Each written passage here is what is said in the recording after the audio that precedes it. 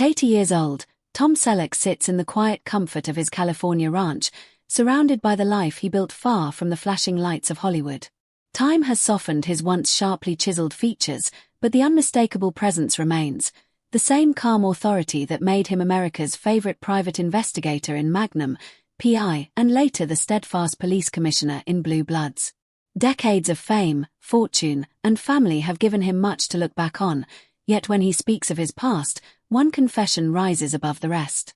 "He was the only one who could do that to me," Selleck admits, with a reflective smile and a trace of emotion in his voice.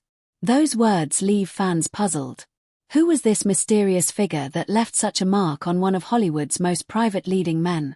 At first, it sounds like the beginning of a great romance, a lost love, a hidden affair, a secret partner from another life. But Tom Selleck has never been one to indulge in Hollywood scandals. His relationships have been straightforward, his marriages public and acknowledged, his private life carefully guarded. So when he points to the only one, he isn't talking about a woman, nor about passion in the conventional sense. What he is revealing is something rarer, an extraordinary bond with another man who shaped his life in ways no one else ever could. The statement raises questions. Was it about friendship, that rare kind that cuts through competition and ego? Was it about respect, born from the lessons of a more experienced star guiding a younger one? Or was it about something deeper, the kind of love that doesn't fit into the neat boxes society tends to create? The answer lies in the story of two men whose careers ran side by side, who influenced each other, and who found in each other not rivalry but brotherhood. This is not just a tale of Hollywood success or the nostalgia of two television legends. It is a journey into the hidden heart of fame, where bonds are tested, reputations are forged, and true affection is revealed in the quiet spaces away from cameras. Tonight, we step into the intertwined lives of Tom Selleck and the man he called the only one. Tom Selleck's story begins far from the glittering streets of Hollywood. Born in Detroit, Michigan, on January 29, 1945, he entered the world in the final months of World War II, part of a generation shaped by change and resilience. His parents, Martha and Robert Dean Selleck, raised him with the kind of discipline and humility that would remain with him throughout his life. When Tom was still a boy, the family moved west to California, chasing opportunity and a better future. It was in the warm expanse of the San Fernando Valley that he grew up, surrounded by the energy of post-war America, where possibility seemed endless for those willing to work hard enough. In high school, Tom's height and athletic build quickly drew him toward sports. He became a gifted basketball player, earning respect for his drive and teamwork. Basketball opened doors, and before long, he earned a scholarship offer to play at the University of Southern California. At USC, he pursued a business major, never imagining that acting would one day be his calling. In those early years, the dream was simple: study hard, play hard, and prepare for a stable career in business or athletics. Yet, fate had different plans. While at USC, Selleck was encouraged by teachers and friends to try out for acting classes. He started appearing in small commercials to earn extra money, modeling for ads where his rugged good looks were hard to miss. Slowly, he began to realize that he had a presence the camera seemed to love. His first television appearances were modest, game shows, minor roles in series that came and went without notice. At one point, he even turned up in a Pepsi commercial, smiling in the background, a far cry from the commanding leading man he would one day become. The road was anything but smooth. In the 1960s and early 70s, Selleck faced countless rejections. Hollywood, always eager to pigeonhole actors, didn't quite know what to do with him.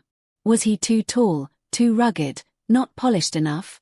Casting directors seemed unconvinced. Yet Tom had something that kept him moving forward: discipline. This was shaped not only by his upbringing but by his service in the California Army National Guard, where he served from 1967 to 1973. Rising to the rank of sergeant, he learned leadership, patience, and resilience, qualities that would serve him well in the unpredictable world of acting. Persistence paid off. After years of small roles and near misses, Tom Selleck finally landed the role that would change his life: Thomas Magnum in Magnum, PI. The series, which ran from 1980 to 1988, became an instant phenomenon. As Magnum, Selleck was the perfect blend of charm, toughness, and vulnerability. His easy smile, iconic mustache, and Hawaiian shirts became cultural touchstones of the 1980s. Week after week, audiences tuned in not just for the crime-solving, but for the warmth Selleck brought to the character, a man who could be both an action hero and a relatable friend. Magnum catapulted him into stardom. Almost overnight, Tom Selleck was a household name, recognized not just in America but around the world. Magazine covers, awards, and film offers poured in. Yet, beneath the fame, Selleck remained grounded, a man who valued privacy and authenticity over the excesses of Hollywood. He chose carefully, often turning down roles that might have made him a bigger box office star but didn't align with his sense of integrity. As the 1980s progressed, Selleck built a career defined not only by popularity but by a kind of trust with the audience. People believed in him because he came across as real, not manufactured. And yet, even at the height of his success, Tom Selleck was aware of the giants who came before him, men who had already carved paths through Hollywood's unpredictable terrain. Among those figures was James Garner, a star from an earlier generation whose career embodied many of the values Selleck himself would come to cherish. While Selleck was becoming the face of a new decade, Garner had long since established himself as one of Hollywood's most respected and beloved actors, setting the stage for a connection that would soon change Tom's life forever. James Garner's story begins in Norman, Oklahoma, where he was born James Scott Bumgarner on April 7, 1928. The America he entered was deep in the Great Depression, and life for his family was anything but easy. His father struggled to provide, and his childhood was marked by hardship and a fractured family. That difficult upbringing left its mark, but it also built in Garner a toughness and independence that he would carry for the rest of his life. He learned early that survival depended on resilience, and he grew into a man who valued honesty, hard work, and loyalty, traits that would later make him beloved not just by audiences, but by everyone who worked with him. When World War II arrived, Garner was still too young to serve, but by the time of the Korean War, he was in uniform. He joined the U.S. Army and served in the 5th Regimental Combat Team, where he was wounded twice in action. Garner received 2 Purple Hearts, a reflection of the courage and sacrifice that were part of his character long before Hollywood ever called. That experience in war shaped his worldview. He came back to civilian life carrying both the scars and the perspective of a man who understood the value of life, friendship, and loyalty.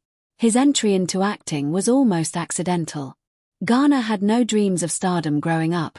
He worked odd jobs after the war before stumbling into the world of modeling and, eventually, acting. His natural charm, rugged good looks, and easygoing presence translated seamlessly onto the screen. By the late 1950s, he had found his breakout role in the television series Maverick.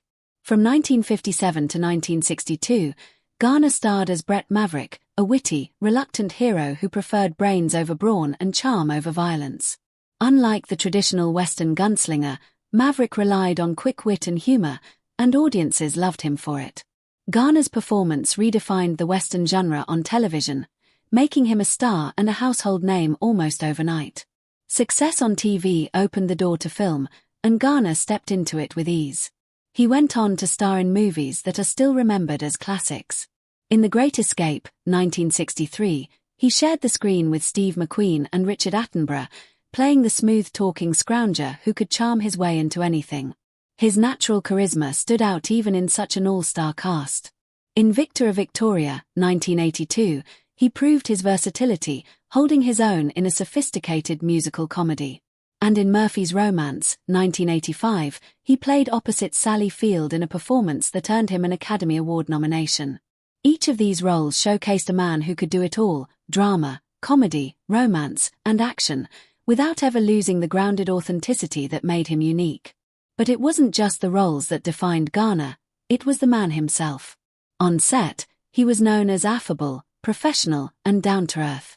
Unlike many Hollywood stars, he had no patience for arrogance or dishonesty. Co-stars and directors consistently described him as someone who showed up prepared, treated everyone with respect, and never forgot where he came from. His authenticity translated on screen because it was genuine off-screen as well. At the center of Garner's personal life was his enduring marriage to Lois Clark. The two married in 1956, just 2 weeks after meeting, in a whirlwind romance that defied Hollywood norms. While many of his contemporaries cycled through multiple marriages and scandals, Garner and Clarke's relationship lasted nearly 60 years, until his death. Their union was not without challenges, but it endured because of Garner's loyalty and Clarke's unwavering support. Together, they raised a family, and despite fame and fortune, Garner chose to keep his private life grounded and shielded from Hollywood excess. By the time James Garner reached the height of his career, he had become more than just a leading man. He was a figure others in Hollywood looked up to, admired for his work ethic and his integrity. Younger actors often gravitated toward him, seeking his advice and learning from his example. He was living proof that success didn't require arrogance or cruelty, that one could be both a star and a gentleman. Garner's life and career left behind a legacy not just of unforgettable performances, but of mentorship, kindness, and a blueprint for how to carry oneself with dignity in an industry often short on it. When Tom Selleck was finding his footing in Hollywood during the late 1970s and early 1980s, James Garner was already a towering figure. Garner's run on Maverick and the Rockford Files had cemented him as one of television's most beloved actors, and his film career only added to his reputation. For Selleck, who was still climbing the ranks after years of rejection, Garner represented the kind of actor he aspired to be: authentic, versatile, and effortlessly relatable. Their paths crossed not as rivals but as kindred spirits, men who, despite their age difference, carried the same qualities that made audiences trust them. The first time Selleck and Garner shared space professionally, there was no dramatic fanfare, no clash of egos. Instead, it was marked by an immediate sense of mutual respect. Garner, already seasoned, had little interest in playing the Hollywood superstar. Selleck, newly thrust into stardom by Magnum, PI, felt the same way. Both men had built careers on characters who weren't invincible superheroes but rather everyman heroes who relied on wit, decency, and determination. This similarity gave them common ground. They didn't need to posture or prove themselves. Hollywood can often breed competition, especially among leading men, but between Selleck and Garner there was an easy camaraderie. At industry events, the two were often seen laughing together, trading stories about the unpredictability of television production and the strange life of being a celebrity who still wanted a private, normal existence. Selleck admired how Garner carried himself with humor and humility, never allowing fame to make him distant or aloof. For a younger actor learning to balance sudden stardom with personal values, Garner's example was invaluable. On sets and at gatherings, Garner had a way of putting people at ease, and Selleck was no exception. He didn't mentor by lecturing, he led by doing. Watching Garner interact with crew members, producers, or fans showed Selleck that real strength in Hollywood wasn't measured by star power but by how you treated people when the cameras weren't rolling. Garner could diffuse tension with a joke, smooth over conflicts with patience, and still deliver performances that commanded the screen. For Selleck, these were lessons no acting class could ever teach. Though Selleck had a decade-spanning career ahead of him, he often admitted he looked up to Garner as both a model and a mentor. It wasn't just about craft, it was about character. Garner embodied the idea that an actor's off-screen reputation mattered just as much as the roles he played. As Selleck navigated fame, the tabloids, and the inevitable temptations of Hollywood, he kept Garner's example in mind. Their bond deepened not through staged partnerships but through shared understanding, mutual admiration, and the unspoken recognition that they were cut from the same cloth. For Tom Selleck, James Garner was more than a peer from another generation. He became a guiding presence, a living reminder of how to survive Hollywood with dignity and tact. And for Garner, Selleck was proof that the values he lived by could still thrive in a younger generation of actors. It was a crossing of paths that would grow into something much more meaningful, a connection built on respect, affection, and a form of love that outlasted fame itself. For Tom Selleck, James Garner was more than a Hollywood colleague, he was a teacher whose lessons extended far beyond the camera. As a younger actor, Selleck was hungry to refine his craft, to move past the surface of charm and good looks and develop the kind of depth that could keep him relevant for decades. Watching Garner work was like sitting in a masterclass every day. Garner had an effortless quality to his acting, a naturalism that made every scene feel believable. He never forced emotion, never overplayed a line. Instead, he understood the power of understatement, the art of letting silence do as much work as dialogue.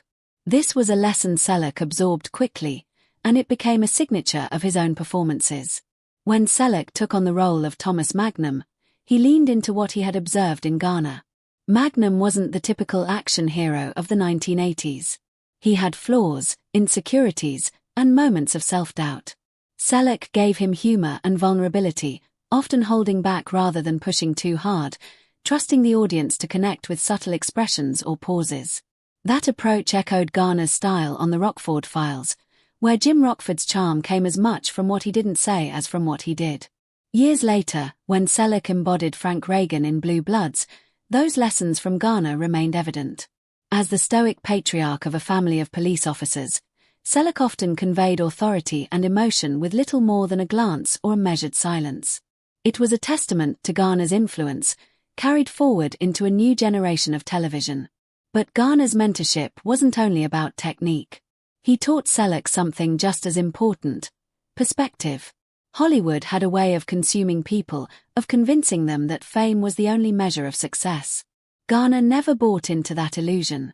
He kept his life grounded, prioritizing his family and his values over the trappings of celebrity. He urged Selleck to do the same, reminding him not to take the industry too seriously. The work mattered, the craft mattered, and the people you surrounded yourself with mattered, but the flashing lights and magazine covers were fleeting. This philosophy resonated deeply with Selleck, who was already inclined toward a more private life. Garner's example gave him the confidence to step away from Hollywood when he needed to retreat to his ranch and focus on his family without fear of losing relevance. In a world where many actors burned out or became tabloid fodder, Selleck chose stability, and much of that choice was inspired by Garner's model. Their relationship defied simple labels. Garner was a mentor, yes, but he was also a friend who could share a laugh over industry absurdities, a father figure offering quiet guidance, and at times even a brother-in-arms as they navigated the peculiar world of fame together. They shared meals, traded advice, and leaned on each other in ways outsiders rarely saw. What grew between them was a trust so deep that Selleck later admitted Garner was the only one who could reach him in certain ways, the only one who could draw out a vulnerability he otherwise kept guarded. In an industry built on competition and ego, that kind of bond was rare. It wasn't about rivalry or status, it was about mutual respect and genuine affection. Garner had nothing to prove, and Selleck had everything to learn, yet their connection became an exchange of wisdom, humor, and quiet support. Over time, Selleck came to see Garner not just as a mentor but as someone who helped shape the man he became both on and off screen. Looking back, Selleck would often reflect that Garner's greatest lesson was not how to deliver a line or carry a scene, but how to carry oneself as a man. To be honest, to be kind, to be steady in the face of chaos, those were the marks of true greatness. For Selleck, that kind of mentorship was a gift, and it was why he would later confess with such emotion that he was the only one who could do that to me. For most of his life, Tom Selleck kept his emotions carefully guarded. He was private by nature, protective of his family, and not one to indulge in the confessional style so many Hollywood stars embraced. Yet when he spoke about James Garner, his tone shifted. There was a warmth there, an ease that suggested something deeper than professional admiration. Over the years, Selleck made it clear that Garner wasn't just a fellow actor he admired, he was the only man who could draw out parts of him that otherwise remained hidden. In one of his most heartfelt reflections, Selleck admitted, "He was the only one who could do that to me." At first glance, that confession might sound romantic, even mysterious, but in truth, it pointed to a different kind of love. One not bound by marriage, family ties, or romance, but by respect, loyalty, and shared experience. Their bond was forged in the often competitive world of Hollywood, where friendships are fragile and trust is rare. Yet Selleck and Garner built something enduring, a connection that resembled mentorship, brotherhood, and even a form of love that defied labels. Selleck never shied away from crediting Garner for shaping his craft. He often said that his approach to Magnum P.I. owed much to what he learned by watching the Rockford Files. Garner had created a template for the everyman hero, flawed, witty, and relatable. Selleck saw how Garner infused Rockford with humanity, never overplaying a scene, never letting the character become a cliché. That subtle, grounded style became the DNA of Thomas Magnum. Where other shows of the 1980s leaned heavily on macho bravado, Selleck's Magnum stood apart. Charming but self-deprecating, strong yet vulnerable. But the influence didn't stop at acting technique. Garner also modeled a way of living in Hollywood without losing oneself. He showed Selleck that it was possible to be respected without playing the game too hard, to earn longevity through authenticity rather than publicity stunts. This example gave Selleck the courage to build a career on his own terms, to step away when necessary, and to trust that his work would speak for itself. It was this guidance, wrapped in humor and humility, that made Garner such a singular presence in Selleck's life. Others could offer advice, but only Garner could reach him in a way that resonated deeply. Only Garner could challenge him without threatening his pride, or encourage him without making it feel like flattery. For Selleck, that was love in its purest sense, the gift of being seen and understood. Hollywood rarely celebrates this kind of love story. The industry thrives on tales of romance, scandal, and rivalry, but relationships like the one between Garner and Selleck are quieter, harder to categorize. They lived in different generations, Garner already a legend when Selleck was still fighting for small TV roles, but that gap only strengthened the dynamic. For Selleck, Garner was a living bridge between what Hollywood had been and what it was becoming. For Garner, Selleck represented not competition but continuity, proof that the ideals he valued could endure in a younger man. The parallels between Rockford and Magnum weren't accidental. They were a reflection of how much Selleck absorbed from Garner's style. Just as Rockford relied on wit as much as grit, Magnum balanced charm with emotional depth. And just as Garner often used silence to say more than words ever could, Selleck carried that same technique into later roles like Frank Reagan in Blue Bloods. To Selleck, this wasn't imitation but tribute, a way of honoring the man who had shown him what television could achieve when done with heart. And so, when Selleck confessed that he was the only one who could do that to me, it was less about mystery and more about gratitude. Garner had unlocked something within him, a vulnerability, a trust, a willingness to let down the walls that fame and scrutiny had built. Few people ever earn that kind of access, especially in Hollywood, where image often comes before truth. Garner had it, and Selleck never forgot it. In the end, their story reminds us that love doesn't always fit into neat boxes. It can exist between friends, between mentor and student, between two men who recognized in each other not just talent, but character. It was love beyond romance, a bond that proved as enduring and profound as any Hollywood fairy tale. For Selleck, the confession wasn't about a secret affair or hidden passion. It was about honoring the one person who helped him become the man he was meant to be. By the 1980s, Tom Selleck was no longer just a television star. He had become a full-fledged cultural icon. Magnum, P.I. was at its peak, making him one of the most recognizable faces in America. Hollywood naturally tried to pull him toward bigger, flashier projects, and he dipped his toes into film with a mix of successes and near misses. 3 Men and a Baby, 1987, became a box office sensation, proving he could carry a major comedy alongside Ted Danson and Steve Guttenberg. A few years later, he stretched into more rugged territory with Quigley Down Under, 1990, which blended Western grit with an international backdrop. These projects showcased his versatility, comedic charm, romantic appeal, and classic toughness. Yet Selleck never seemed desperate to chase the mega blockbusters that defined the careers of some of his contemporaries.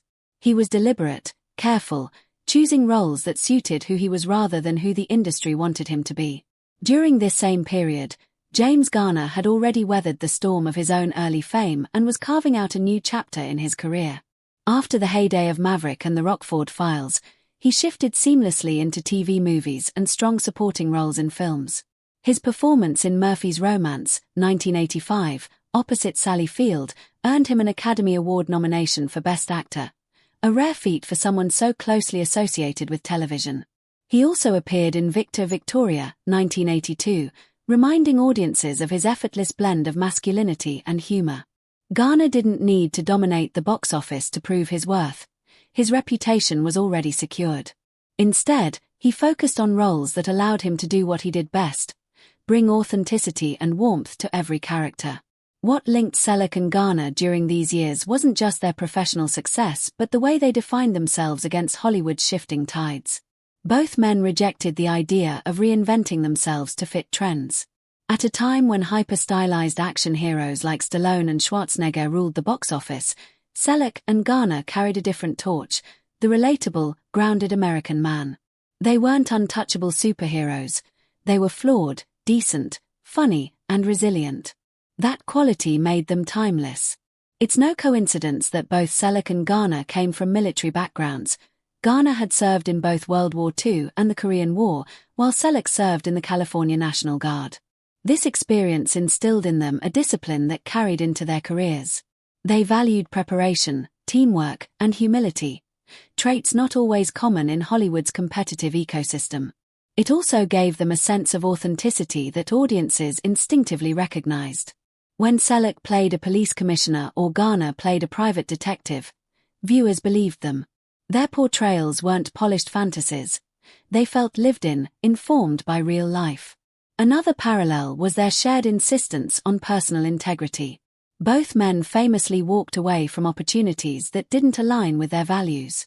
Selleck turned down or missed out on certain blockbuster roles, most famously Indiana Jones, because he was committed to Magnum. P.I. Garner, too, had battled studios when he felt contracts were unfair, winning lawsuits that set precedents for actors' rights.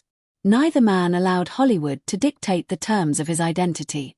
Together, they represented a continuity of a certain kind of masculinity on screen, rugged yet approachable, strong yet gentle, witty yet principled. They were different generations of the same archetype, proof that character mattered as much as charisma. In a Hollywood increasingly obsessed with reinvention, explosions, and spectacle, Tom Selleck and James Garner stood as reminders that sometimes the most powerful thing an actor can bring to the screen is himself. Tom Selleck may have been one of the most recognizable stars of the 1980s, but he always resisted becoming a full-time creature of Hollywood. His first marriage to model Jacqueline Ray in 1971 introduced him to the complexities of balancing fame and family. Though the marriage ended in 1982, Selleck adopted her son, Kevin, and maintained a strong presence in his life. Later that same decade, he found lasting love with English actress and dancer Gilly Mack.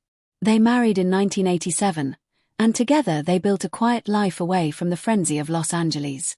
Their daughter, Hannah, became the heart of Selleck's world, and rather than chasing every film role that came his way, he chose to step back at times to be present as a father. His sprawling ranch in Ventura County wasn't just a retreat, it was a conscious statement. Selleck believed in grounding himself in real life, in tending horses and working the land as a way of staying human in an industry that often devoured its stars. James Garner shared a similar philosophy, though his path was steadier in love. In 1956, he married Lois Clark, and against all odds in a town known for short-lived romances, they remained together until his death in 2014. Garner never hesitated to credit Lois as his anchor. Their relationship wasn't perfect, no marriage is, but it endured because of a mutual respect and a refusal to let Hollywood dictate their values. Garner often spoke of his family as his greatest achievement, more important than any role or award.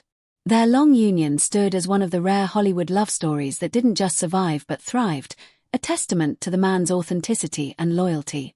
What tied Selleck and Garner together, beyond the screen, was this shared dedication to living quietly and authentically. Both men could have leaned into the gossip machine, cultivated tabloid-friendly images, or indulged in the excesses of their fame. Instead, they chose privacy. For Selleck, that meant fewer blockbuster films and more time on the ranch. For Garner, it meant staying grounded with Lois, their children, and a small circle of trusted friends. In both cases, they let their work speak for itself rather than manufacturing headlines. It was this shared philosophy that strengthened their bond. When Selleck and Garner spent time together, they weren't just fellow actors discussing scripts and roles. They were men who understood the cost of fame and the value of protecting what really mattered. Each recognized in the other a kind of quiet strength, an ability to balance public life with private integrity. In many ways, their friendship was an extension of their personal values. They didn't need to see each other constantly to feel connected. The respect was always there, rooted in a mutual understanding of what it meant to be a family man first and a Hollywood star second. That, perhaps, was the deepest tie between them, The knowledge that true success wasn't measured in ratings or box office numbers, but in the lives they built away from the cameras. In the summer of 2014, Hollywood lost one of its most beloved figures when James Garner passed away at the age of 86. The news reverberated across the industry, sparking tributes from actors, directors, and fans who had grown up with him as Brett Maverick, Jim Rockford, or one of his many memorable film characters. For many, it felt like the end of an era, the closing chapter on a kind of screen presence that embodied decency, wit, and authenticity. But for Tom Selleck, the loss cut far deeper. It wasn't just that a Hollywood legend was gone, it was that he had lost a mentor, a friend, and in many ways, a soul connection that had shaped his journey. Selleck's tribute at the time was both heartfelt and understated, very much in keeping with his own character and with the lessons Garner himself had passed on. He spoke of Garner not just as an actor he admired, but as the man who had shown him how to navigate the treacherous waters of fame with grace. To Selleck, Garner was more than a role model. He was a grounding force, someone who could offer perspective when the pressures of Hollywood threatened to overwhelm. He was a mentor and a friend, Selleck said, emphasizing that his respect for Garner extended well beyond the professional. The emotional weight of Garner's passing was clear in the way Selleck remembered him in the years that followed. Unlike many Hollywood friendships, which often fade with time or fracture under the strain of competition, theirs endured, quiet and steady. Garner had been someone Selleck could count on, someone who understood him in a way few others could. And when Garner died, Selleck wasn't just mourning a colleague, he was mourning the loss of a connection that could never be replaced. That sense of irreplaceability would surface again years later, when Selleck, now in his 80s, reflected on the legacy of his career and the relationships that defined his life. It was then that he offered the confession that puzzled many and moved those who understood. He was the only one who could do that to me. Coming from a man as private and careful with words as Selleck, the statement carried enormous weight. It was an acknowledgement that Garner had reached him on a level no one else ever had, unlocking parts of him as an actor and as a man that otherwise would have remained hidden. For fans, the bond between Selleck and Garner became something to admire in its own right. It wasn't a Hollywood romance, nor was it built on publicity or scandal. It was quieter, subtler, and in many ways more enduring. It was a form of love, love beyond romance, that proved two men could find in each other a kind of kinship every bit as powerful as marriage or family ties. When Selleck remembered Garner, audiences weren't just reminded of two great careers. They were reminded of the importance of connection, trust, and loyalty. Their friendship was proof that fame doesn't always corrode authenticity, and that genuine bonds can survive even in an industry known for its fleeting relationships. In mourning Garner, Selleck gave voice to a truth many feel but rarely articulate, that the deepest loves of our lives aren't always romantic. Sometimes, they're found in the people who teach us, guide us, and make us more fully ourselves. James Garner's death left a hole in Hollywood, but in Tom Selleck's heart, it left something larger, a space that no one else could ever fill. And as Selleck reflected at 80, looking back on a life well lived, his confession was less about loss and more about gratitude. He had been fortunate enough to know, and to love, James Garner in the way that only true friends and soul brothers can. That, in the end, was the real story of their bond. Not just two stars crossing paths, but two men who, against all odds, found in each other a connection that would outlast even death. When people look back at the careers of Tom Selleck and James Garner, it's easy to focus on the highlights, the unforgettable characters, the iconic roles, the charm that made them household names. Garner gave the world Brett Maverick and Jim Rockford, redefining what it meant to be a leading man on television. Selleck gave us Thomas Magnum, a character so alive with humor and humanity that he became an emblem of the 1980s. Together, their work spanned decades and generations, proving that charisma paired with authenticity never goes out of style. Yet their true legacy runs deeper than ratings or awards. What they left behind was a model of how to navigate Hollywood without losing one's soul. For Tom Selleck, now at 80, that legacy is still something he carries every day. He continues to appear in Blue Bloods, a series that has lasted more than a decade largely because of the same qualities Garner once embodied: integrity, subtlety, and an understanding of how much power lies in restraint. Even after years of success, Selleck still frames his work in terms of the lessons Garner passed down. He doesn't chase trends or reinvent himself to stay relevant. Instead, he remains committed to characters who feel grounded, real, and human. And whenever he reflects on his career, he inevitably comes back to James Garner, the man who quietly shaped him into the actor he became. For Garner, the influence continues in a different way. Though he passed away in 2014, his mark remains not only in the reruns of Maverick or the Rockford Files, but in the way younger actors cite him as inspiration. His colleagues remember his fairness, his humor, and his insistence on doing the work honestly. He didn't just act, he lived in a way that demonstrated what true professionalism looked like. To this day, his performances stand out for their timeless quality, reminding audiences that style fades but authenticity lasts forever. Together, Selleck and Garner proved that Hollywood didn't have to be about ego or scandal. Their lives and friendship offered a quieter example, one rooted in loyalty, humility, and an uncommon kind of love. It wasn't about passion or marriage, though both men had deep family lives of their own. Instead, it was about trust, the kind of bond that allows one person to bring out the best in another. It was about respect, the kind that endures long after the cameras stop rolling. And it was about companionship, the simple comfort of knowing that in a world full of artifice, you had someone who truly understood you. That may be the greatest legacy of all. Beyond the Emmy wins and filmographies, beyond the fame and the fortune, Tom Selleck and James Garner showed us what it means to live with integrity. They left us with characters to admire, yes, but also with an example of how to remain true to yourself in an industry that so often rewards the opposite. And in the enduring memory of their bond, they left us with a love story, not romantic, but no less powerful, that reminds us that the deepest connections are sometimes the ones that defy definition. At 80 years old, Tom Selleck's confession carried the weight of a lifetime. When he said, "He was the only one who could do that to me," the words weren't a riddle meant to stir scandal or mystery. They were the honest truth of a man who had spent decades in one of the most unforgiving industries in the world, yet had managed to hold on to his sense of self. The he in question was James Garner, the mentor, friend, and soul brother who shaped not only Selleck's career, but also the man he became outside the screen. For Selleck, the confession wasn't about romance in the traditional sense. It was about acknowledging a bond that went beyond categories.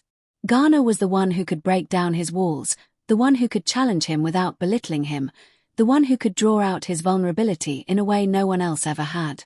In Hollywood, where trust is rare and egos are inflated, finding someone like that is extraordinary. And for Selleck, it was life-changing. Their connection stood as a quiet contrast to the usual Hollywood narrative. While others chased headlines and courted controversy, Garner and Selleck built their relationship in the shadows.